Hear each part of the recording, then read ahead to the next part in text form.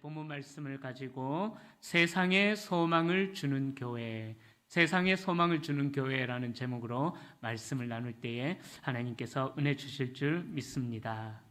카메라를 조금만 더 내려주시면 좋을 것 같아요. 윗공간이 너무 많아서 제가 너무 작게 보입니다. 네, 감사합니다. 네. 감사합니다. 네.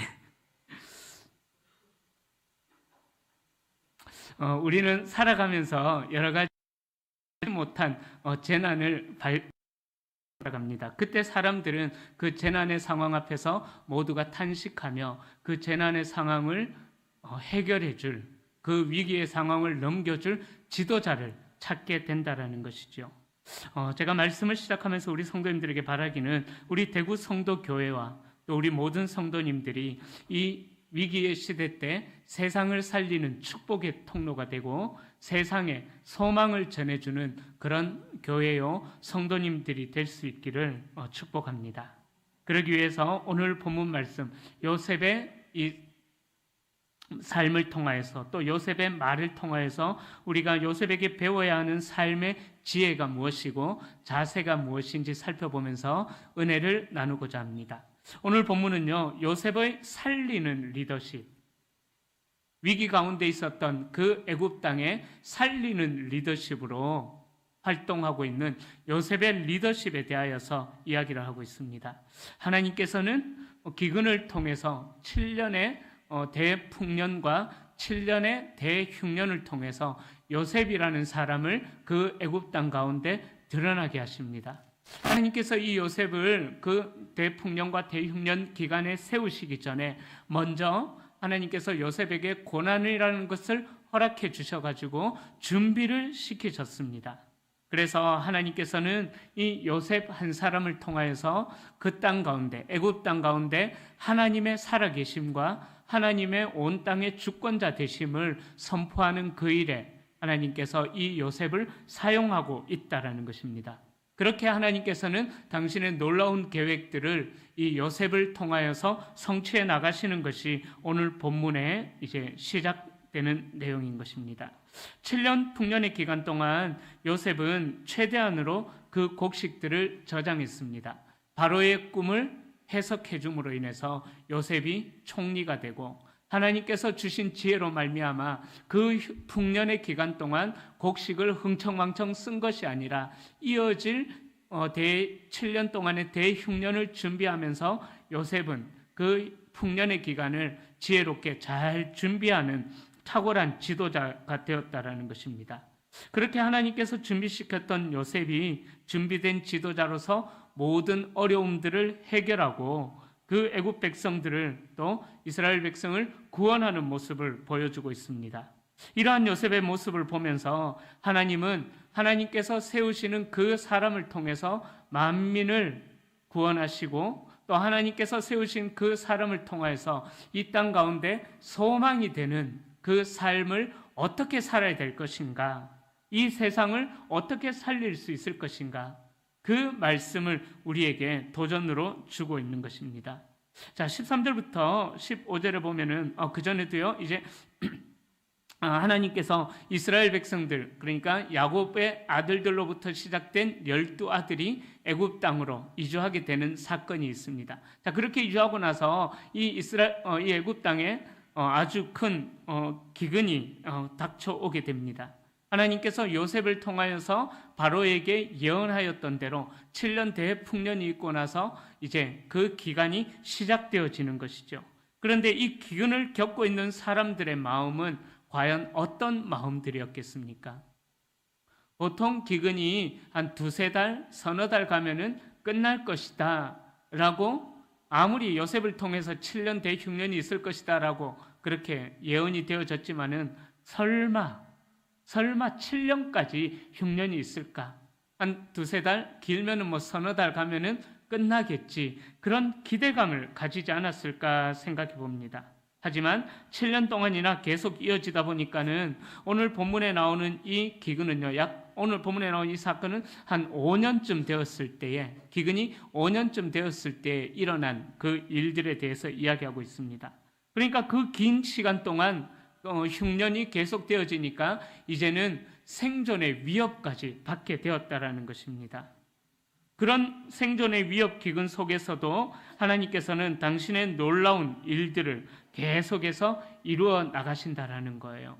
당시 애굽 땅은 우상 숭배로 가득한 땅이었습니다. 출애굽 시대 때 하나님께서 10가지 재앙을 보내시죠. 자, 그 10가지 재앙에는 어떤 의미가 있냐면은 그 당시 그 애굽 백성들이 섬기던 신들이었습니다. 나일강을 섬겼어요. 또 나머지 10가지에 나오는 그 재앙들도 애굽 땅의 주민들이 섬기고 있던 그 신들을 의미하는 것이었습니다.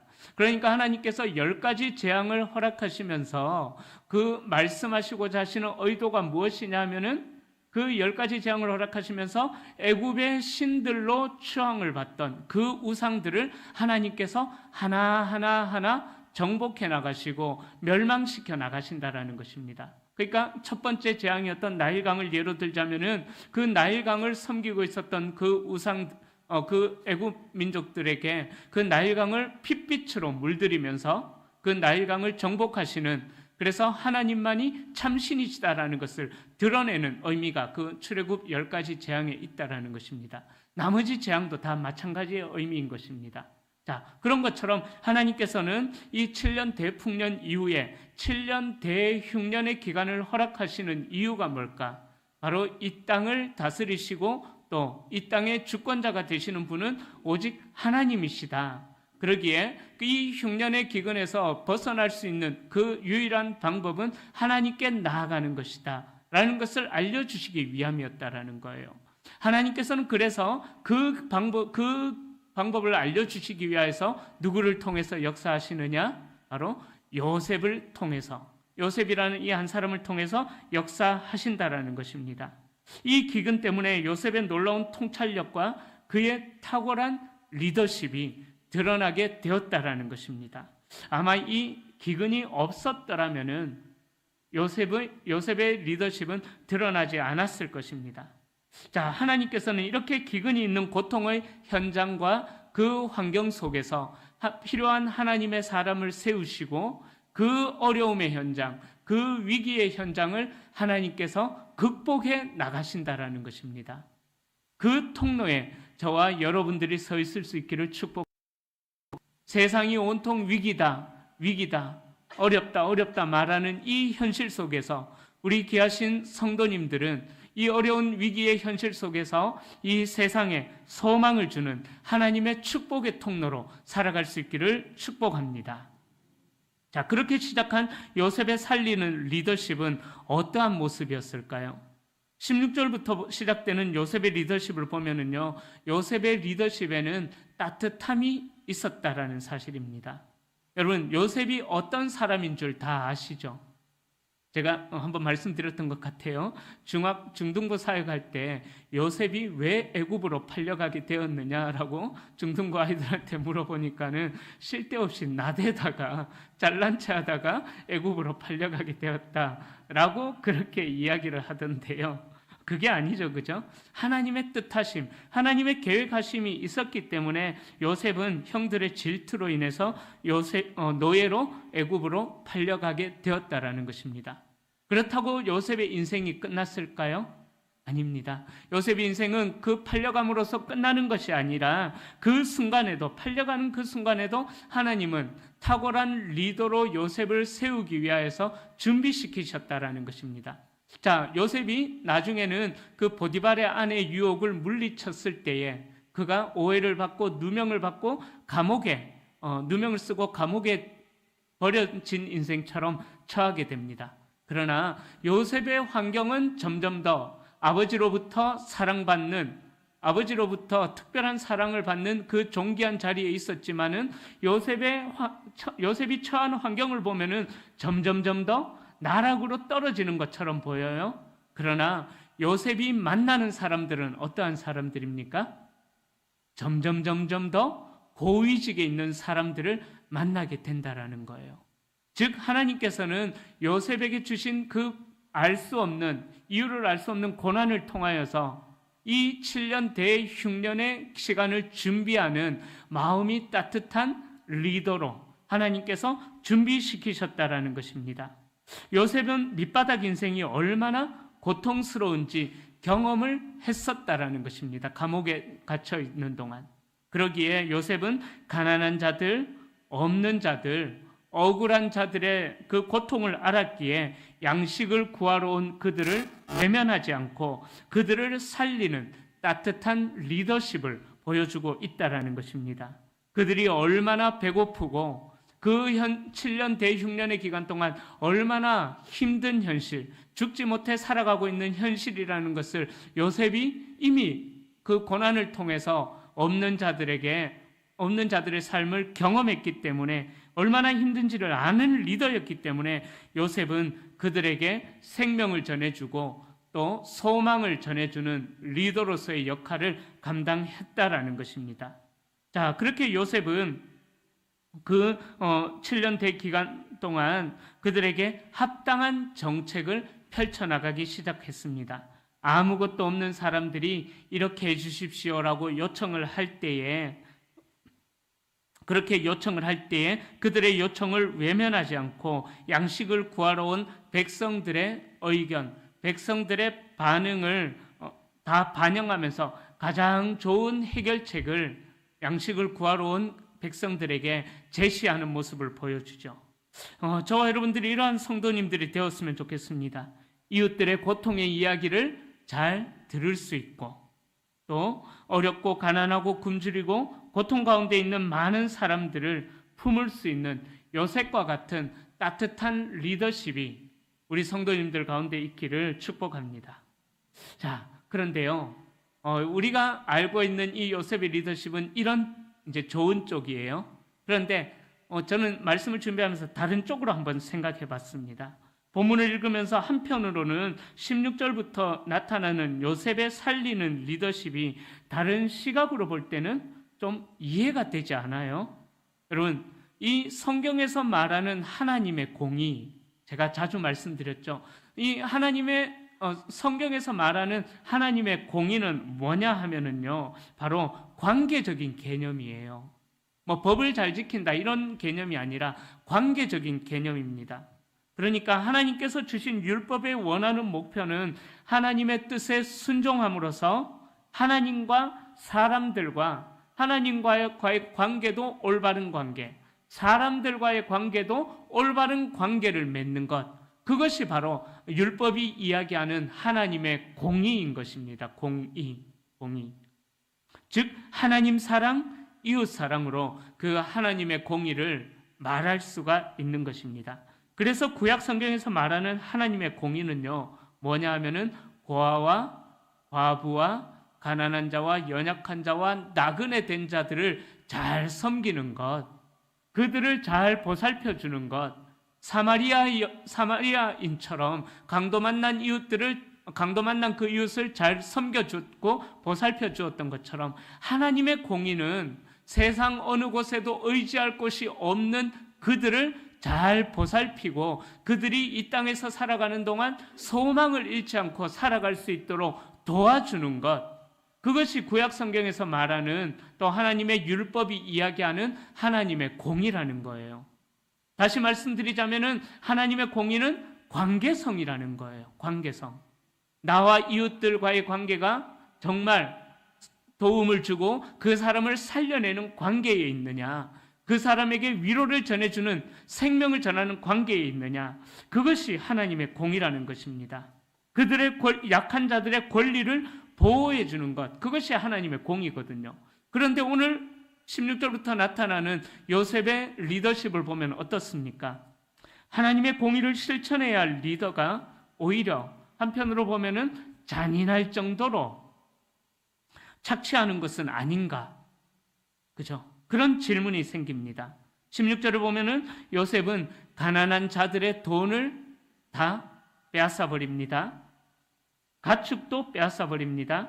그리고 땅도 빼앗아 버립니다. 21절에 보면은요, 그들의 거주지도 옮겨 버리는 거예요. 자유조차도, 마음껏 살 수 있는 자유조차도 요셉은 제한해 버립니다. 거주도 자유롭지 못하도록 거주의 제한도 두게 됩니다.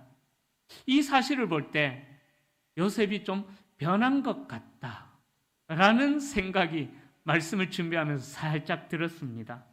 요셉이 왜 이렇게 되었을까? 이런 생각이 좀 들더라고요. 요셉이 지금 갑자기 애굽 사람들의 그 귀중품들을 다 빼앗아가고 있다라는 거예요.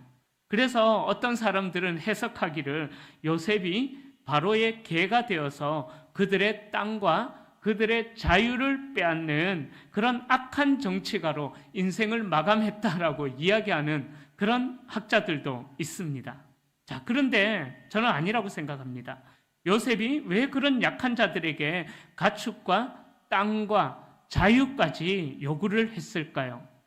그냥 무상으로 7년 흉년의 기간 동안 무려 5년이 지난 이때쯤에 찾아온 그들에게 무상으로 좀 곡식을 제공해도 충분히 가능했었거든요. 왜냐하면 하나님께서 주신 지혜로 7년 동안 충분히 그들이 먹고 살 수 있는 양식도 준비가 다 되어져 있습니다. 온 성의 곳간마다 곡식이 차고 흘러 넘치는 그런 상황이었습니다. 그렇다면은 무상으로 좀 제공해도 되지 않았을까라는 그런 질문이 생기기도 합니다. 온 땅의 흉년으로 인하여서 애굽 온 땅에 죽음의 그림자가 드리운 그때에 급식을 펼치면서, 그죠? 무상급식을 펼치면서 그 자들을 위로하고 그들에게 좀 은혜를 베푸는 그런 지도자가 왜 되지 못했을까? 19절에 보면은요, 종자까지도, 그죠? 종자까지도 다 먹을 정도로 먹을 게 없으니까 이제 이 애굽 백성들은 어떡합니까? 자기들의 몸을 파는 거예요. 종이 되겠다라는 거예요. 이들에게 있어서 희망은 이제 7년 동안 풍년의 때에 요셉이 저장해둔 곡식밖에 없습니다. 그러기에 이 본문을 읽으면서 요셉이 왜 그 정도로까지 착취해야 됐을까? 이런 의문이 좀 생겼습니다. 우리나라도 코로나 시대를 지나면서 정말 흉년과 같은 시간을 지낸 분들이 많이 계실 겁니다.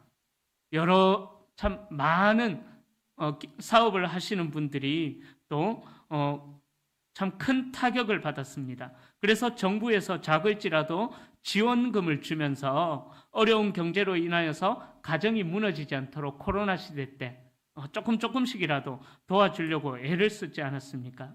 저도 지난교회에서 사역하는 동안 재난 지원 카드를 만들었어요. 카드 하나당 10만 원. 농협이나 그 홈플러스나 이마트 가면 상품권 같은 거 있잖아요. 그죠? 카드. 그거를 한 200장 정도 구입을 해가지고 교회에서 가난한 이웃들, 가난한 성도들 그렇게 무상으로 나눠 드리기도 했었습니다. 요셉도 그런 선정을 좀 베풀면은 더 인정을 받게 되지 않았을까요? 그런데요, 요셉은 그 흉년이 끝날 때까지 그 무상 지원 정책을 절대로 펼치지 않습니다. 사용하지 않습니다. 우리가 지난 4월 10일 총선이 있었습니다. 여러분들은 어느 후보에다가 표를 찍어 주셨습니까? 아내가 저에게 물었어요. 당신은 누구를 찍을 거예요? 라고 묻길래 저는 누구를 찍을 거다라고 당당하게 이야기했습니다. 제가 왜 그 사람을 찍으려고 했었냐면은 물론 그 사람을 찍지는 않았어요. 근데 그 사람의 정치 공약이 아주 구미가 확 당기더라고요. 그 당과 제가 누구라고 이야기하지는 않겠습니다. 이제는 선거법 위반 상관없나요? 끝났으니까. 그 당과 그 후보를 찍으면은 마구 퍼준대요. 마구 퍼준대요. 그 후보가 당선이 되고 그 당이 당선이 되면은 저희 가정에 한 달 수입이 600만 원이 되겠더라고요. 뭐 대충 누군지 아실 것입니다. 네. 그 후보가 당선이 되면은 뭐 적지 않은 금액을 주니까 일 안 해도 목회한다고 고생 안 해도 죄송합니다. 목회 행복합니다. 네, 죄송합니다. 아주 행복합니다. 하여튼 일반 사람들이 정말 일 안 해도 그 후보가 당선이 되면 평생 먹고 살겠더라고요. 죽을 때까지 뭐 계속 하여튼 많은 돈을 준다고 하여튼 하더라고요. 제가 누군지는 절대로 이야기 안 했습니다. 자, 무상으로 계속해서 지원해 주는 것 좋을까요? 독일까요? 그저 덕이에요. 덕이에요. 그게 오히려 경제를 무너뜨리는 요소가 되는 것입니다. 제가 책 제목은 기억이 안 나는데 무상으로 받기 시작하면은요, 사람들이 일을 안 하는 그런 결과, 실험 결과가 나왔어요. 무상으로 제공하니까 일을 안 하고 애들도 놓지 않는데요. 무상으로 사는 맛에 들려가지고 인구가 오히려 더 줄어들고 일도 안 하다 보니까는 경제가 더 피폐해지는 그런 실험 결과를 적어놓은 책을 제가 본 기억이 납니다. 결국 나라는 망하게 되는 것이죠. 여러분, 그렇다면은 이 요셉의 착취하는 것 같은 이 리더십을 어떻게 우리가 이해할 수가 있겠습니까? 이해할 수가 없어요. 그죠? 그러나 이 창세기가 기록된 시대, 그 배경을 이해하셔야 됩니다. 이 창세기는요, 지금부터 약 3,500년 전에 기록된 책입니다. 그래서 오늘날의 자유주의나 또 민주주의, 자본주의 이런 시각으로 본문을 이해하면은 절대로 이해할 수가 없습니다. 이해하려면은요, 당시 시대 상황 속으로 우리가 들어가야 되는 거예요. 고대 세계 속에 특히 3,500년 전에는 이 성경이 왜 이렇게 쓰여졌는가 그 의미를 좀 배경을 알아야 성경이 이해가 됩니다. 당시 이제 이때는 아니지만은 바벨론이 집권하고 있을 때 시간이 창세기가 기록되고 나서 시간이 많이 지나고 나서 바벨론이라는 나라가 집권하고 있을 때에 그때 이 바벨론은 정부에서 그 농민들에게 씨앗을 줄 때에 세금을 무려 40%를 거두었대요. 40%. 그리고 5세기의 유대의 식민지 엘레펜판틴이라는 곳에서는 자그마치 60%를 세금으로 거두어 갔다라고 이야기합니다. 우리나라의 역사를 보면은요, 고려 말기에 그 땅을 소유했던 지주들이 그 가난한 소작농으로부터 무려 세금을 얼마나 걷어갔냐 하면은 70%에서 75% 고려 말기에 그렇게 걷어갔다라고 합니다.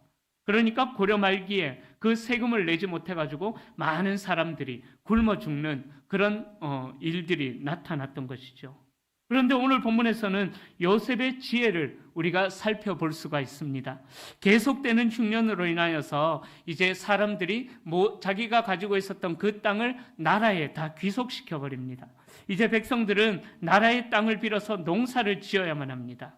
서장농으로 농사를 짓는데 요셉이 제안하는 왕실과 백성들의 곡물 추수, 그러니까 추수한 곡물에 대한 배당 비율이 좀 특이합니다. 요셉이 제안하는 그 배당 비율은요, 5분의 1은 왕실의 몫으로, 5분의 4는 백성들의 몫으로 가져간다라는 거예요. 그러니까 조금 더 쉽게 이야기하면은 추수한 곡식의 20%는 왕실이 가지고 가고 80%는 그 농사를 지은 백성들이 가지고 간다라는 거예요. 자, 이런 상황에서 조금 전에 말씀드렸던 구약의 어떤 배경들을 이해해 볼 때 요셉이 폭군이 아니라는 것을 알게 되죠.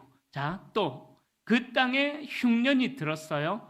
흉년이 들었기에 그 땅은 피폐해질 수가 있었다라는 것입니다. 아무리 애를 써도 곡식을 거두는 것이, 수확하는 것이 쉽지 않았다라는 것입니다.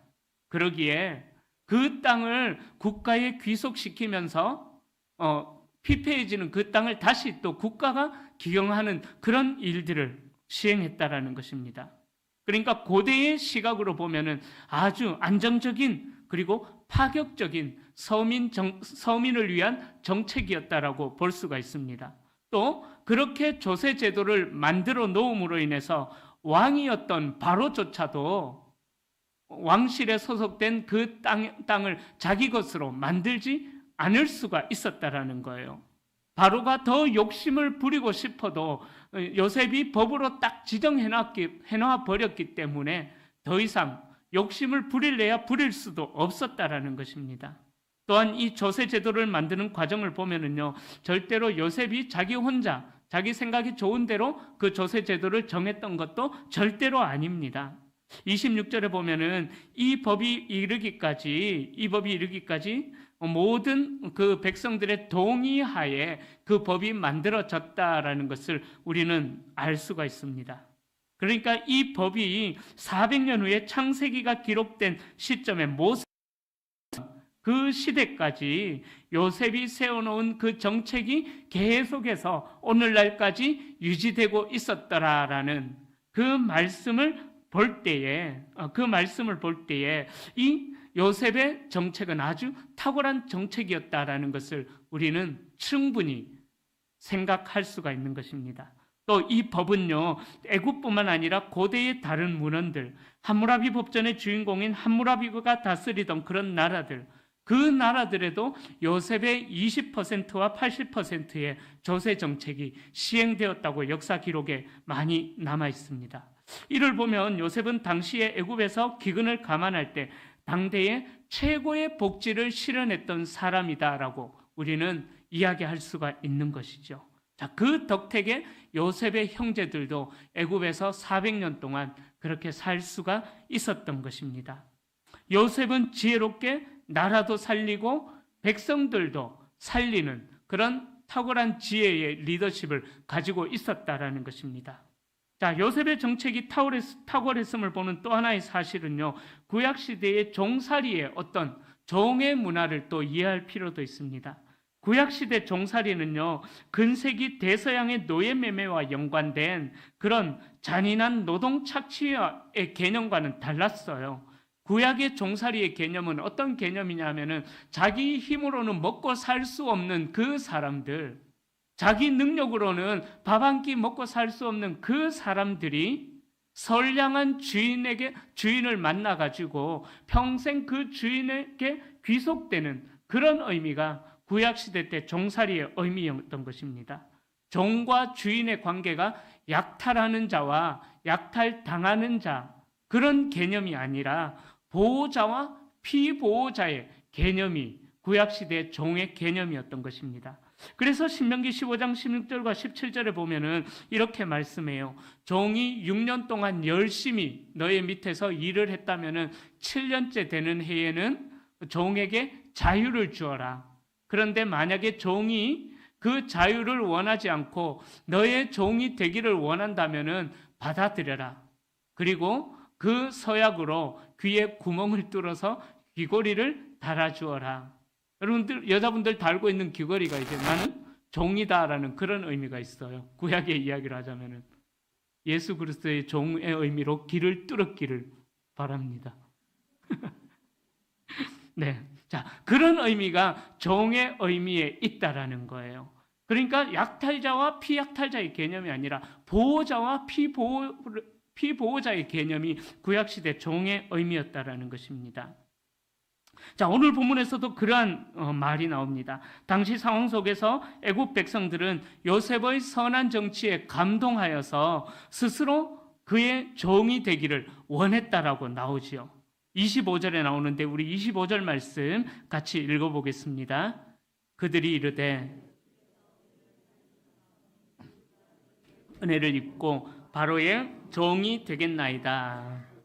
여러분, 누군가로부터 우리가 위기가 생겼을 때에, 누군가로부터 긴박한 상황이 생겼을 때에 누군가로부터 도움을 받을 수 있다면은, 또 찾아가서 도움을 요청할 자들이 있다면은, 또 그에게 큰 도움을 받을 수 있다면은 그처럼 위로와 소망이 되는 일이 어디에 있겠습니까? 애굽에 엄청난 기근이 들었죠. 사람들은 어찌할 줄 몰라서 당황해하고 또 힘들어하고 있습니다. 생존의 위협을 받고 있는 그런 상황입니다. 그런데 그 위협을 받는 상황 속에서 하나님께서 한 사람을 준비시키셨어요. 요셉을 준비시키셨습니다. 준비되어 있는 그 요셉에게 사람들이 찾아와서 자기의 어려운 상황을 이야기하고, 나의 힘으로는 도저히 해결할 수가 없으니 당신이 좀 도와주시고 당신이 좀 해결해 주십시오. 요청을 합니다. 여러분, 이 세상이 참 많이 어렵다고 하죠. 이 많이 어려운 이 세상 속에서, 어렵고 위기가 있는 이 시대 속에서 우리 하나님의 사람들인 우리 귀하신 성도님들이 요셉처럼 이렇게 아름다운 사람들로 세워진다면은 얼마나 여러분들이 큰 축복이 되겠습니까? 오늘 요셉을 보면서 우리도 도전받고 위기의 때에 하나님의 교회, 또 하나님의 사람들이 이렇게 도움을 주면서 세상과 사람들을 살려내는 축복의 통로가 될 수 있기를 바랍니다. 위기의 때에 나만 살겠다고 하는 것이 아니라 함께 아파하고 함께 의논하고 함께 해결점을 제시해 줄 수 있는 따뜻한 사람들이 된다라는 것은 하나님의 사람으로서의 너무나 역할이다라는 것입니다. 제가 지난주 금요 기도회 때 느헤미야 말씀을 나누면서 제목을 그렇게 정했어요.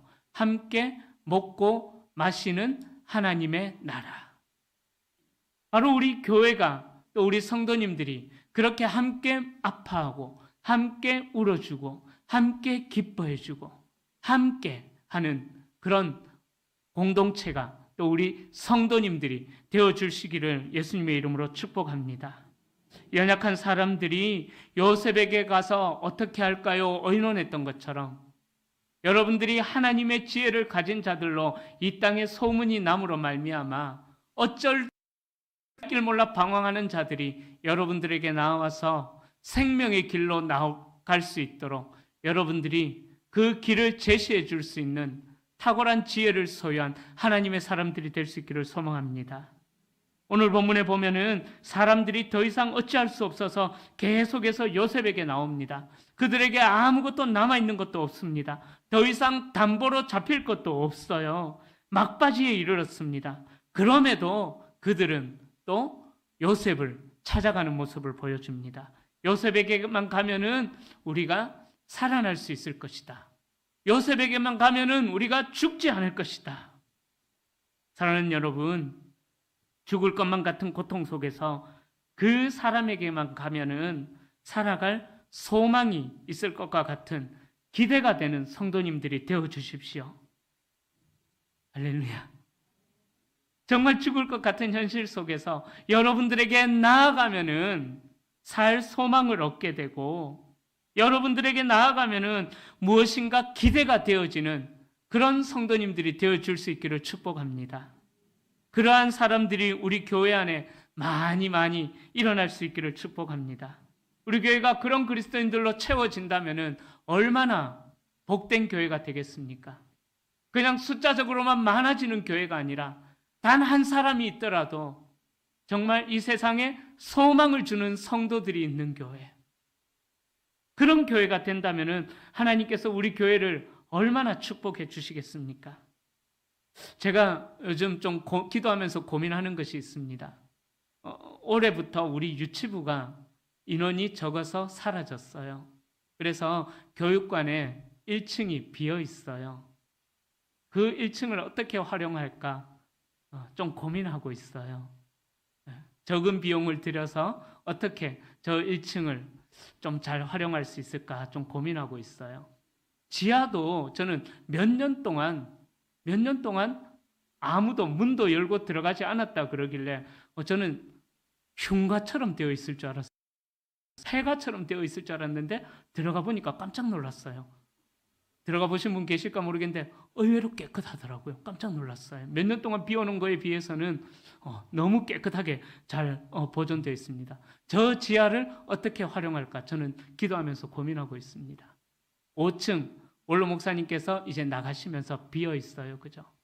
어떻게 활용할까 저는 고민하고 있어요. 그래서 5층까지는 주민들에게 어떻게 활용할까 고민하다가 극장을 하나 만들까? 스크린과 우리 빔 프로젝트 이거 교체했잖아요. 그죠? 이거 달아놓고 무상 극장을 하나 만들어 줄까? 카페를 거기다 차도 좀 자유롭게 태워 먹을 수 있도록 그런 고민도 해보고요. 1층 비어 있는데 이 봉덕동 땅에 가난한 분들이 그래도 많이 계시더라고요. 빨래방을 만들어 볼까?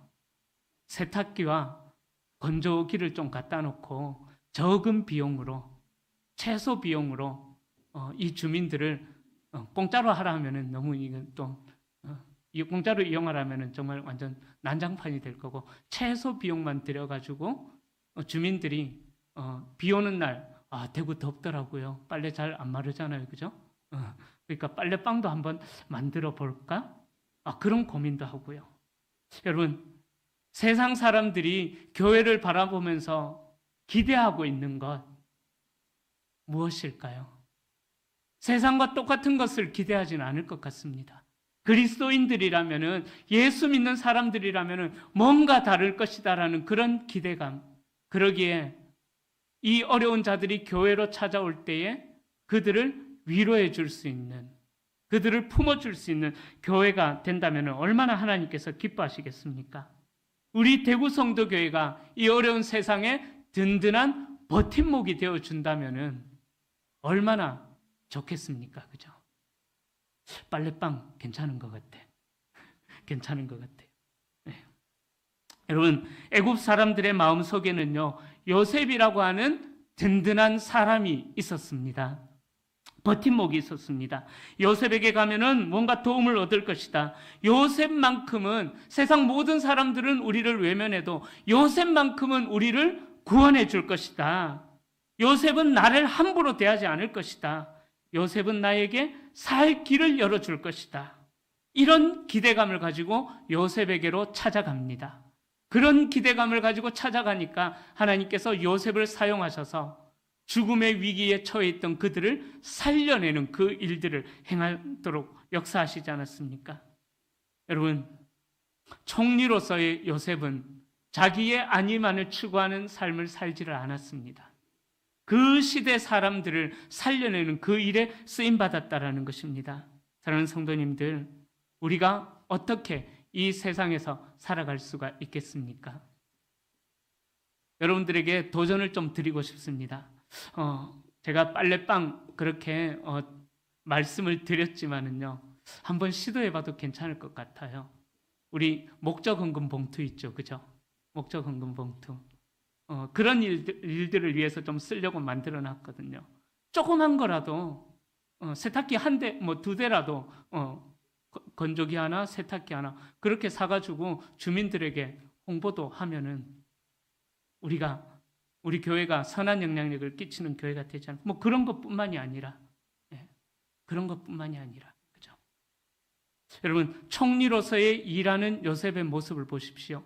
나라 바로에게도 충성해요. 14절을 보면은 그렇게 많은 수익이 있었지만은 그 재산들을 사유화하지 않았다라는 거예요. 사유화하지 않도록 또 법으로 제정해 버렸다라는 것입니다. 그리고 국고로 환원하는 과정 속에서 요셉이 절대로 부정을 행하지 않았다라는 것입니다. 여러분, 이 요셉의 모습을 우리가 도전받을 수 있으면 좋겠습니다. 탁월한 리더가 그렇습니다. 자기가 이득을 보는 것이 아니라 국가도 살리고 자신의 리더십도 살리고 연약한 백성들도 살리게 되는 그 리더십이 요셉을 통하여서 우리에게 도전이 되고 있다는 것입니다. 이제 말씀을 마무리하겠습니다. 이 모든 계획은 하나님의 계획 안에 있었습니다. 이 모든 것의 매개체가 기근으로부터 시작이 되어졌습니다. 기근으로부터 시작된 이 매개체가 어떻게 역사합니까? 죽음의 위기에 기근인 흉년이 생명의 기쁨으로, 생명의 향기로 바뀌어지게 되었다라는 것입니다. 바라기는 여러분들이 서 있는 그곳에 기근이 와도 끄떡하지 않기를 소망합니다. 여러분들이 서신 자리가 하나님께서 세우신 자리가 되어서 고통을 받고 아픔 속에 있는 사람들을 기근 가운데서 세우고 구원해주고 생명을 살려내는 아름다운 성도님들이 되시기를 축복합니다. 하나님의 사람들은요, 살리는 사람들입니다. 하나님의 사람들은 살리는 사람들입니다.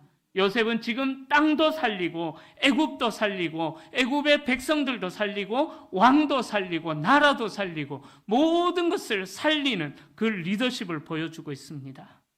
누군가로부터 긴박한 도움이 필요할 때 찾아가서 위로를 얻고 도움을 얻을 수 있다면 참 큰 위로가 될 것입니다. 마태복음 5장의 말씀처럼 교회 밖에서 저와 여러분들이 소금과 빛처럼 이 세상에 선한 영향력을 끼치며 세상을 살려내는, 나도 힘들어요, 솔직하게.